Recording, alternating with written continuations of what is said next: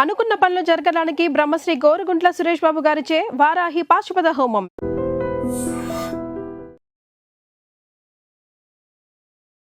I dream చూస్తున్న ప్రేక్షకులందరికీ నమస్కారం. ఈరోజు మనతో పాటు జ్యోతిష్య వాచస్పతి బ్రహ్మశ్రీ పోతుకుచ్చి చంద్రమౌళి శాస్త్రి గారు మనతో పాటు ఉన్నారు. గురుగారితో మాట్లాడదాం. నమస్కారం గురుగారు. ఓం శ్రీమాత్రే నమః. ఓం గణేశాయ నమః.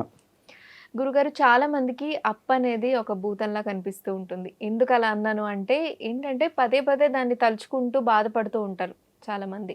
ఏంటంటే అప్పులు ఉన్నాయి అని దాని గురించి మనాది పడడం బాధపడుతూ ఉంటారు. అయితే దాని నుంచి బయటపడాలన్నా లేదా ఆర్థికంగా బాగుండాలన్నా ఆధ్యాత్మికంగా మనం ఏమైనా చేసుకోవాల్సిన పరిహారాలు ఉంటే తెలియజేస్తారు. అమ్మ, మన ఋషులు ఎన్నో రకాలైనటువంటి మంత్రాలని ఇచ్చారు, తంత్రాలని ఇచ్చారు, స్తోత్రాలని, శ్లోకాలని ఇచ్చారు. అవన్నీ ఎన్ని చదివినా ఎన్ని ఇచ్చినా ముందు మనకంటూ ఒక ఆత్మస్థైర్యం ఉండాలి. మనస్సుని మనకి మనమే ముందు ప్రిపరేషన్ చేసుకొని ధైర్యాన్ని ఆకలింపు చేసుకోవాలి. మనస్సులో ధైర్యం లేనివాడు అప్పు చేయడు. అప్పు చేసినవాడు మనసులో ధైర్యం లేకపోతే వాడు నిలబడలేడు, కూర్చోలేడు, పడుకోలేడు. అవునా కదా? అంటే మీరు అడిగినట్టుగా మనకున్నటువంటి పంచభూతాలు మనల్ని కాపాడతాయి. ఆ భూతం వేరు. మీరు అడిగారు కదా ఇందాక. మనకున్నటువంటి నరఘోషలు కూడా భూతం లాంటివే. కానీ అప్పు ఎవరు తీసుకొచ్చి మన చేతిలో ఆ మాట అనేటటువంటిది ఎవరు ఇవ్వరు, అప్పు ఇవ్వరు. మనంతట మనమే అవసరాల కోసం చేసుకుంటాం అప్పుని. లేకపోతే కొంతమంది కోరికలతో అప్పుని చేస్తారు. అవునా కదా? అవసరానికి చేసేటటువంటి అప్పు ఎవరైతే చేస్తారో వారి యొక్క పరిధుల్ని దాటి ఒక రకంగా అప్పు చేయరమ్మా. అదే కోరికలతో చేస్తారు చూసారా? ఆ కోరికల వలన చేసేటటువంటి అప్పు వాడు ముందే ప్లాన్ చేసుకుంటాడు. తీరుస్తా, లేకపోతే చేతులు ఎత్తేస్తా. దాన్ని మన వాళ్ళు ఐపీ అని కోర్టుకెళ్ళినా ఎవరేం చేయలేరు. లేదా బెదిరిస్తాడు, లేకపోతే వాడు కాదు వీడు నలుగురిని రౌడీని పంపిస్తాడు అడుగుతున్నందుకు. లేదా పోలీస్ స్టేషన్లో ముందు అప్పు తీసుకున్నవాడే వెళ్ళి వాడు నన్ను చిత్రహింసలు హెరాస్మెంట్ పెడుతున్నాడు, కాబట్టి ఈ రుణ బాధల నుంచి నా వల్ల కాదండి, నేను చచ్చిపోతాను ఇట్లా అడిగితే కనుక అని చెప్పిన వాళ్ళు చాలామంది ఉన్నారు. అవునా కదా? రుణం తీసుకున్నవాడు ఎదురు తిరుగుతాడు. కాబట్టి రుణం అనేటటువంటిది మహాభూతము, మామూలు భూతం కూడా కాదు. దాన్ని రుణము అంటారు, లేకపోతే అప్పు అంటారు. అప్పనంగానే వెంటనే మనసులో రకరకాలైనటువంటి వికారాలు కలుగుతూ ఉంటాయి. ప్రతి ఇంటిని టచ్ చేయండి, ఎవరో ఒకళ్ళు మాకు ఆ అప్పులు ఉన్నాయి ఉన్నవాడు అదే మాట. నార్మల్ శాలరీ తీసుకునేవాళ్ళు అదే మాట అంటారు. కోట్ల డబ్బున్న వాళ్ళకి అప్పులు అనే బాధలే ఉంటాయి. దానికి క్రెడిట్ అని కూడా ఇంగ్లీష్లో పేరుంది. అట్లాగే గవర్నమెంట్ జాబ్స్ చేసే వాళ్ళకి అప్పులు ఉంటాయి. అసలు అప్పు లేనివాడు ఎవరున్నారు? మనం పుట్టింది దేనికో తెలుసా? రుణానుబంధాలు తీర్చుకోవడానికి. రుణానుబంధాలంటే ఒక తల్లికి తండ్రికి ఒక కొడుకుగా వాళ్ళిద్దరినీ సేవ చేసుకొని ఆ పుణ్యాన్ని ఆర్జించుకుంటూ పూర్వజన్మల్లో ఏదైనా పాపాలు చేసుకుంటే కనుక తల్లిదండ్రులని సేవ చేసుకోవడం ద్వారా ఆ రుణ బాధ పోతుంది. అంటే రుణ విముక్తుడు అవుతాడమ్మా. అందుకనే తండ్రి డైరెక్ట్గా ఎప్పుడు కూడా కొడుక్కి డబ్బులు ఇవ్వడం, కింద పెడతాడు, లేకపోతే విడిగా. ఇప్పుడు ఫోన్లు వచ్చినాయి కాబట్టి ఫోన్లోంచనే వేయచ్చు, డైరెక్ట్గా డబ్బులు ఇవ్వరు. ఎందుకంటే ఆ తండ్రి రుణానుబంధం కానీ, లేకపోతే ఇతను కూడా తండ్రికి డైరెక్ట్గా డబ్బులు ఇవ్వకూడదు. వీళ్ళ రుణానుబంధం అనేటటువంటిది విడదీయరానటువంటిది తండ్రికి కొడుక్కి. అంతే కదమ్మా?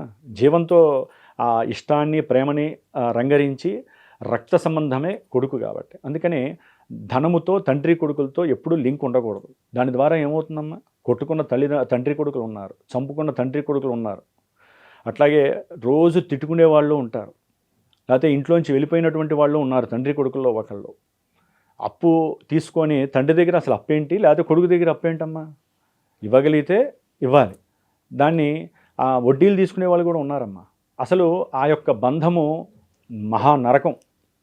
వాళ్ళు తండ్రి కొడుకులను కూడా చెప్పుకోవడానికి వీల్లేనటువంటి నరకం. కాబట్టి ఆ రుణానుబంధము తండ్రి కొడుకులకి కానీ, లేకపోతే అక్కా చెల్లెలకు కానీ, తల్లి కూతుళ్ళకి కానీ ఎప్పుడూ ఉండకూడదమ్మా. రక్త సంబంధాలకి రుణానుబంధము ఉండకూడదు.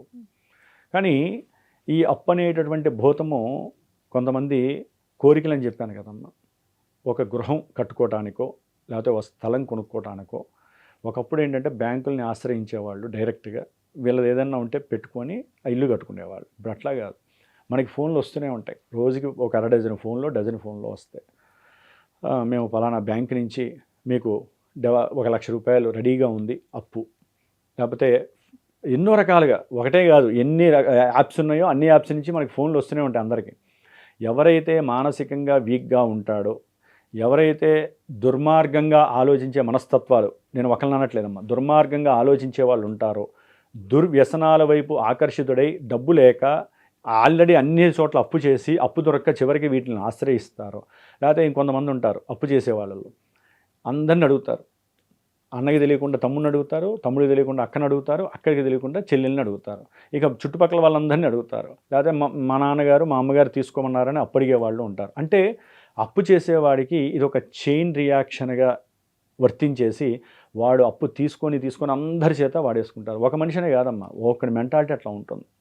ఏమవుతుంది చివరికి, వాడు అక్కడే ఉంటాడు, చుట్టూ కూడా భూతాల్లాగా వాళ్ళందరూ వెయిట్ చేస్తూ ఉంటారు. ఏదో బాబు నా అప్పు తీసుకున్నావు, ఏది డబ్బులు ఏమని. కొంతమంది రాయించుకుంటారు, కొంతమంది రాసుకోరు. అప్పుడు ఏమవుతుంది, రాసుకునే వాళ్ళు ఏం చేస్తారు, కొట్టడానికి కూడా సిద్ధంగా ఉంటారు. అంటే ఇవన్నీ భూతాలు కాదమ్మా. అంటే అప్పిచ్చిన వాడిని మీరు భూతంగా చిత్రీకరించినట్టేగా తీసుకున్నవాడు. దేనికి తీసుకున్నామంటే దానికి సమాధానం ఉండదు. అదే ఒక గృహం, ఒక భూమి ఉందమ్మా. ఆ భూమిలో అప్పు తీసుకునేవాడు ఒక బ్యాంక్కి వెళ్తాడు, సంతకాలు, దానికి ఒక 30 కాగితాలు లేకపోతే 300 సంతకాలు ఉంటాయి, చేస్తాడు. అవసరమైతే ఇల్లు తీసుకుంటారు కాబట్టి వీడికి భయం ఉండదు. అవునా కదా? మరి ఒక వెహికల్ తీసుకునే వాళ్ళు ఉంటారు. కొంతమంది పెళ్ళిళ్ళు చేయడానికి కూడా అప్పులు చేస్తారు. ఇక్కడ ఒకటి ఆలోచించాలి ఎప్పుడూ కూడా, అందరూ కూడా. మన దగ్గర ఒక 10 రూపాయలు మన దగ్గర ఉన్నాయమ్మా. మనకు కావలసిన వస్తువు ఒక 40 రూపాయలు వస్తువు ఉంది, మన దగ్గర 10 రూపాయలే ఉన్నాయి. 10 రూపాయలు ఉన్నవాడికి రుణం ఇచ్చేటటువంటి వాడు ఏమంటాడంటే, మీరు ముందు 3 రూపాయలు కడితే చాలండి, మిగతాది ఒక 3 సంవత్సరాలు 7 సంవత్సరాలు నెలకి ఇంత కట్టాలంటాడు. వీడేంటంటే, అరే ఇంకా నా దగ్గర ఉన్న 7 రూపాయలు మిగులుతున్నాయి, 3 రూపాయలే కదా అని 3 రూపాయలు వెంటనే అదేదో డౌన్ పేమెంట్ అంటారు, అది కట్టేస్తాడు. ఇక వీడు కడుతూ ఉంటాడు చూడండి, 13 సంవత్సరాలు గడిచిన వెనక్కి చూస్తే అప్పు తీరదు. అది ఏదైనా చిన్న వస్తువైనా, ఫోన్ అయినా, చివరికి ఇల్లు అయినా, వెహికల్ అయినా, ఏదైనా సరే. ఇక అప్పు చక్రవడ్డీ, బారు వడ్డీ అంటారు కదా, పెరిగిపోతూనే ఉంటుంది. మహానుభావుడు వెంకటేశ్వర స్వామి కుబేరుడికి ఇస్తూనే ఉన్నట్టుగా అదంటే దైవలీల. అది మన పాపాల కోసము, మనం చేసిన పాపాలన్నీ కూడా హుండీలో వేస్తాం కాబట్టి డబ్బు రూపకంగా అది ఎంతోమందికి అనాథాశ్రయాలకని లేకపోతే వైద్యశాలలకని ఉపయోగిస్తూ ఉంటారు కదమ్మా. అంటే వెంకటేశ్వర స్వామి ఏది ఆలోచించకుండా చేయరు కదా, వాళ్ళ దైవలీలలో అంటారు. వెంకటేశ్వర స్వామి లీల అది. అందుకని అది కథ మనం వెళ్ళి చూడలేదు. కాబట్టి మన పాపాలన్నీ కూడా కర్మల రూపకంగా హుండీలో వేసి అది అందరికీ కూడా పంచేస్తాడు. కాబట్టి ఆయన అప్పు ఎప్పటికీ కూడా రుణము తీరదు అంటారు. అంతేగాని వెంకటేశ్వర స్వామికి రుణం ఏంటమ్మా, అదంతా కూడా స్టోరీసు. కాబట్టి మరి మనం చేసేటటువంటిది స్టోరీ కాదు, నిజమైనటువంటి చర్య. కాబట్టి రుణము చేసేటటువంటి వాళ్ళు మీ దగ్గర ఒక 30 రూపాయలు ఉన్నప్పుడు 10 రూపాయలు చేయండి, 25 రూపాయలు ఉన్నప్పుడైనా సరే 15 రూపాయలు అప్పు చేయండి. అవసరమైతే ఈ వస్తువుని అమ్మైనా సరే అప్పు తీర్చేసేటట్టు ఉండాలి. ఇప్పుడు 25 రూపాయలు పెట్టి ఒక స్థలం కొన్నాడమ్మా, 40 రూపాయలు అప్పు, అది యాక్చువల్లీ 15 రూపాయలు అప్పు తీసుకున్నాడు. వీడు కట్టలేకపోతున్నాడు, గొంతు మీదకి వచ్చింది, నా వల్ల కాదనుకుంటున్నాడు. ఇటు కుటుంబ పోషణే చేస్తాడా, అప్పే తీరుస్తాడా? వెంటనే ఏం చేయాలి, ఇది 27 రూపాయలకో 30 రూపాయలకో అమ్మేయాలి. భూమి అయితే కనుక డబ్బు ఎక్కువే వస్తుంది. లేదా మరీ అవతల వాడు కత్తి పెట్టేశాడు అనుకోండి, ఏం చేయాలి, 23 రూపాయలకి అమ్మేసి 15 రూపాయలు వాడికి తీర్చి మిగతా 8 రూపాయలతో హ్యాపీగా ఒక దైవక్షేత్రానికి వెళ్ళి, నాయన జీవితంలో అప్పు చేయను, నేను అద్దీంట్లోనే ఉంటాను, అయిపోలే. వాడు ఎంత రిలాక్స్గా తింటాడు, ఎంత రిలాక్స్గా పడుకుంటాడు. అదే 3 రూపాయలు డౌన్ పేమెంట్ చేసి దాదాపు 37 రూపాయలు జీవితాంతం నువ్వు నరకం. ఎందుకమ్మా, ఇప్పుడు విదేశాలకి చదువు కోసం పంపించలేదమ్మా, ఎంతమంది క్షోభిస్తున్నారు చెప్పండి. పంట పొలాలు తాకట్టు పెట్టిన వాళ్ళు, పెద్ద పెద్ద బంగ్లాలు తాకట్లు పెట్టి 25 లక్షలైనా వాడికి భూతద్దంలో చూస్తే 25 కోట్లతో సమానం. నార్మల్ వాడికి 60 లక్షలు 40 లక్షలు. అక్కడ కాలేజీలు రకరకాల ఉంటాయి కదా, పెద్దవి చిన్నవి ఉంటాయి కదా. అవన్నీ ఏంటంటే అది కోరికని నేను అన్నమ్మా. మనం కూడా ఒక ఉన్నతమైనటువంటి వ్యక్తుల్లో మనం కూడా ఒకళ్ళగా ఉండాలని చెప్పి ప్రతి తల్లి తండ్రి, అమెరికా అదేం చెడ్డది కాదు, అమెరికా అది కూడా మంచి చదువైనటువంటి ప్రదేశము. అక్కడ చదువు స్థానంలో చూద్దాము అని పంపిస్తారు. ఎందుకంటే ఆల్రెడీ వెళ్ళిన వాళ్ళు బహుకోటీశ్వర్లు కూడా ఇక్కడ ఉన్న వాళ్ళు లేరంటారా? కాలమానంలో కాలం అనుకూలించక ఇప్పుడున్న 4-5 ఏళ్ళ బట్టి పంపించిన వాళ్ళు పాపం వాళ్ళకి ఉద్యోగాలు లేక, ఇక్కడ రుణము అక్కడ బతకడానికి రుణాలు చేసి ఏం చేయాలో తెలియక 4 ఏళ్ళైన ఉద్యోగాలు లేక 5 ఏళ్ళైన ఉద్యోగాలు లేక తిరిగి వచ్చేవాళ్ళు ఉన్నారు, తిరిగి వచ్చిన వాళ్ళు ఉన్నారు. ఆల్రెడీ 20 ఏళ్ళు అక్కడ గ్రీన్ కార్డు ఉండి ఉద్యోగాలు లేక వచ్చిన వాళ్ళు నాకు ఇంతమంది ఫోన్లు చేస్తారు కదా, వచ్చేసేయండి.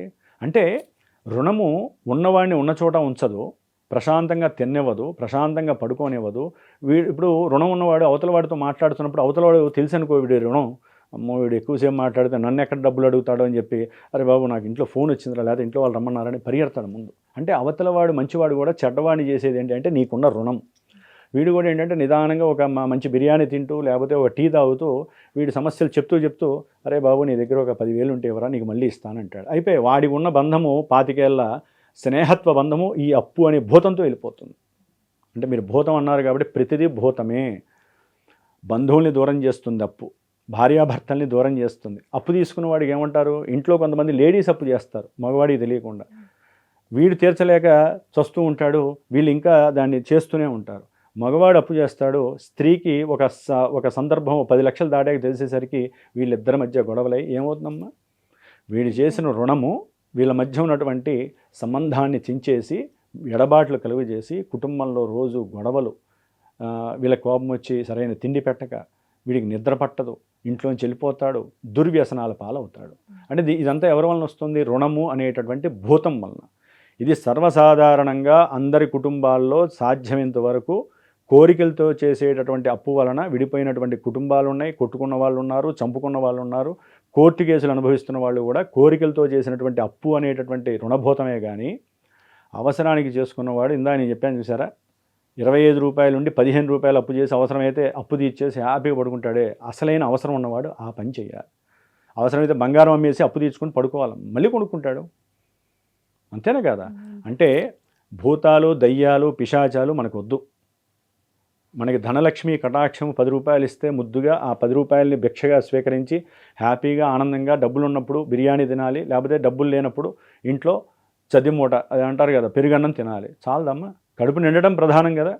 కాబట్టి వాళ్ళని చూసి మనం కూడా అప్పు చేయాలి అనే భావన ఎవరికైతే ఉందో, ఇప్పుడు ఎక్కువగా సెల్ ఫోన్స్కి, బండ్ల వెహికల్స్, మోటార్ వెహికల్స్కి అప్పులు ఎక్కువగా ఇచ్చేవాళ్ళు అయ్యేసరికి ప్రతి వాళ్ళు కూడా వెహికల్స్ తీసుకుంటున్నారు.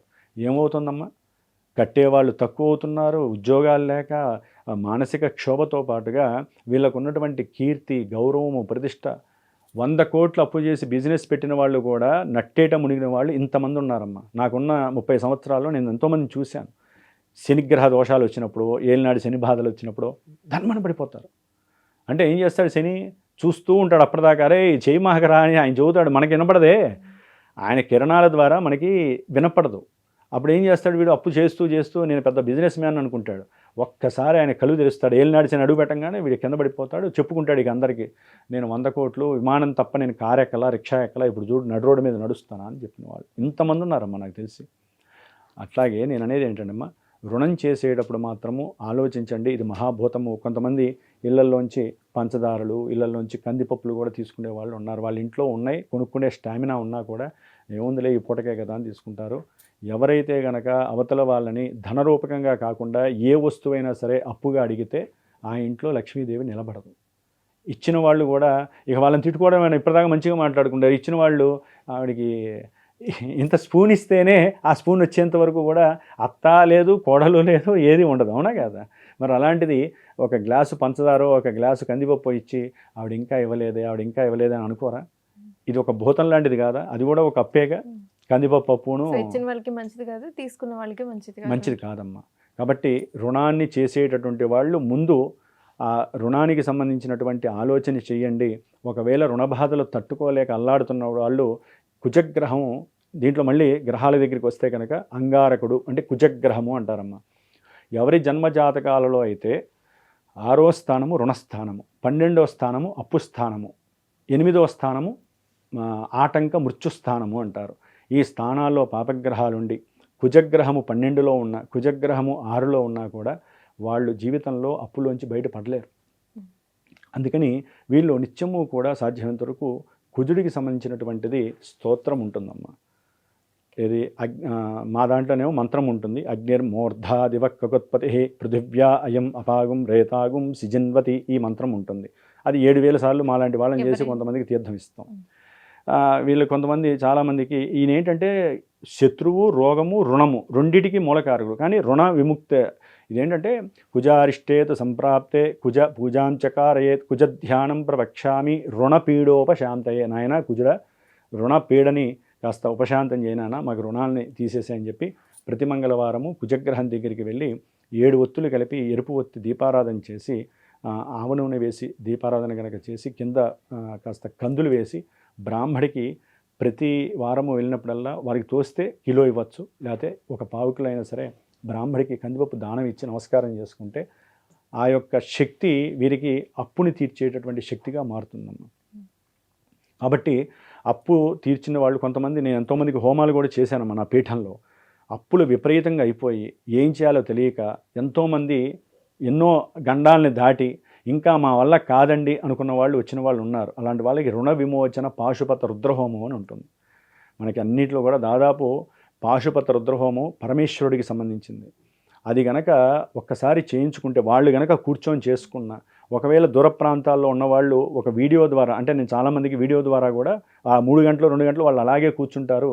వాళ్ళకు మంత్రం ఇస్తే వాళ్ళు చదువుతూ కూర్చొని ఈ హోమాన్ని కనుక చూసిన, లేకపోతే దగ్గరున్న వాళ్ళు వాళ్ళంతటా వాళ్ళు వాళ్ళ ఫ్యామిలీ వచ్చి కూర్చొని ఈ రుణ విమోచన పాశుపత రుద్ర హోమాన్ని కనుక ఆచరించినట్లయితే తప్పనిసరిగా దానికి సంబంధించినటువంటి ద్రవ్యాలు వేస్తూ ఆ హోమాన్ని మనస్ఫూర్తిగా ఎవరైతే చేస్తారో తప్పకుండా ఆ యొక్క విమోచనం కలుగుతుంది. రుణ విమోచనం చిన్నవాళ్ళైనా, ఎందుకంటే హోమాలు ఏమి లక్షల్లో ఉండవమ్మా, కోట్లల్లో లక్షల్లో ఉండవు. ఎవరి స్టామినాకి తగ్గట్టుగా వాళ్ళు చేసుకోవచ్చు. ఆ హోమానికి ముందు కుజగ్రహ వేదమంత్రాన్ని నేను 7000 సార్లు 2 బ్రాహ్మణులతో చేయించి క్షీరతర్పణాలు వదిలించేసి కుజగ్రహానికి సంబంధించినటువంటిది హోమం చేపిస్తాం.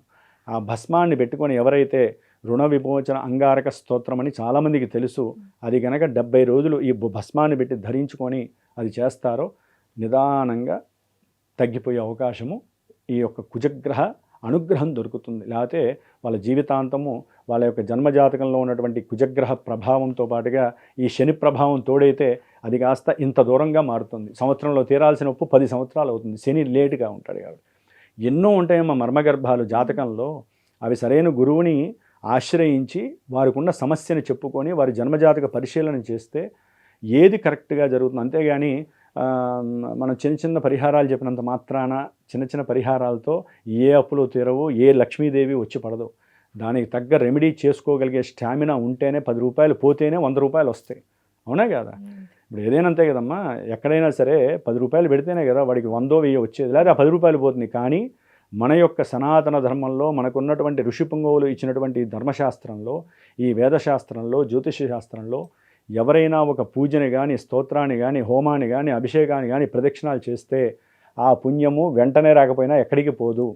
10 రోజులకో 20 రోజులకో నెల రోజులకో కంపల్సరీ కాలము వాళ్ళ చేతిలో తీసుకొచ్చి పెడుతుందరే, నువ్వు నాకు పూజ చేసేవరా తీసుకోపో అని. ఎట్లా? వాళ్ళ విదశలో, సూక్ష్మదశలో, అంతర్దశలో అలా చేంజ్ అవుతాయి కదా, ఆ సమయంలో వీళ్ళు చేసిన పుణ్యం వస్తుంది. లేకపోతే అవి వస్తూ వెళ్తూ ఉంటే ఈ రైలు ఆగనట్టుగా చిన్న చిన్న స్టేషన్లో రైలు ఆగవు కదా, ఆయన వస్తూ ఉంటే ఆ కిరణాలు వీళ్ళని చూసుకొని వెళ్ళిపోతుంది. వీడు పూజ చేసినా హోమం చేసినా ఆ కిరణాలు వాడి మీద పడి, అరే నా హోమం చేసినే కదా కాబట్టి వీడికి నేను అప్పుల బాధ తీర్చాలి. ఇట్లా మనం అన్వయించుకుంటే అమ్మా లౌకికమైనటువంటి ఎన్నో భాషల్ని కూడా మనం అవలంబన చేసుకొని మనకున్న సమస్యల్ని నివృత్తి చేసుకోవడానికి మన శాస్త్రాలలో ఎన్నో పూజలు, ఎన్నో వ్రతాలు, ఎన్నో హోమాలు ఉన్నాయి. ఆశ్రయించి చేసుకోవడం ద్వారా మాత్రమే ఈ రుణము అనేటటువంటి మహాభూతము దూరం చేసుకునేటటువంటి అవకాశం లభిస్తుంది. మహాగణపతికి కూడా ఒక మూలమంత్రం ఉంటుంది. ఆ మూలమంత్రంతో కూడా హోమాలు చేసుకొని విఘ్నాలు లేకుండా బయటికి వెళ్ళిన వాళ్ళు చాలామంది ఉంటారమ్మా. ఏదైనా పెద్ద పెద్ద వ్యాపారాలు కానీ, వస్తువులు కానీ, ఇల్లులు కట్టేవాళ్ళు ఈ రుణము చేయాలి, అది ప్రైవేట్ బ్యాంకా గవర్నమెంట్ బ్యాంకా అనేటటువంటి వాళ్ళు పెళ్ళిళ్ళకైనా సరే ఒకళ్ళు ఎవరైనా సరే ఒక 10 లక్షలు అప్పు చేస్తే దానికి తగ్గట్టుగా కొంతైనా సరే ఇలాంటివి మళ్ళీ తొందరగా మాకు రుణం తీర్చే శక్తిని ఇవ్వమని ఇందాక నేను చెప్పిన హోమాన్ని కనుక ఆచరించుకొని ఆ భస్మాన్ని పెట్టుకుంటే వాడికి 10 లక్షలు ఒక 4 సంవత్సరాలు కట్టాల్సింది ఒక 40 నెలల్లో కూడా వాడు తీర్చుకునే శక్తి ఆ గ్రహం ఇస్తుంది. నిండా మునిగిన తర్వాత మనం పైకి రావాలంటే కష్టం కదా, ముందుగానే మనం అర్జీ పెట్టుకోవాలి, నాయన నేను ఇల్లు కట్టుకోవడానికి నీ యొక్క అప్పు తీసుకుంటున్నాను కాబట్టి నేను ఈ హోమం చేస్తున్నాను, తొందరగా నా రుణము నివృత్తి జరగాలి అని ఆ అప్పు తీసుకునేటటువంటి ముందు రోజు 20 రోజుల ముందు వాళ్ళు అలా హోమం చేసుకొని ఆ భస్మాన్ని పెట్టుకుంటూ అప్పు తీసుకున్నారనుకోండి దెబ్బమ్మడికి వెళ్ళిపోతాయి అప్పులు. విన్నారు కదా గురుగారు చెప్పిన పరిహారాలు. మీకు కూడా జన్మజాతక పరిశీలన చేసుకోవాలి అనుకుంటే స్క్రీన్ మీద కనిపిస్తున్న నెంబర్కి కాల్ చేసి గురుగారిని కాంటాక్ట్ అవ్వండి. ధన్యవాదాలు గురుగారు. శుభమస్తు.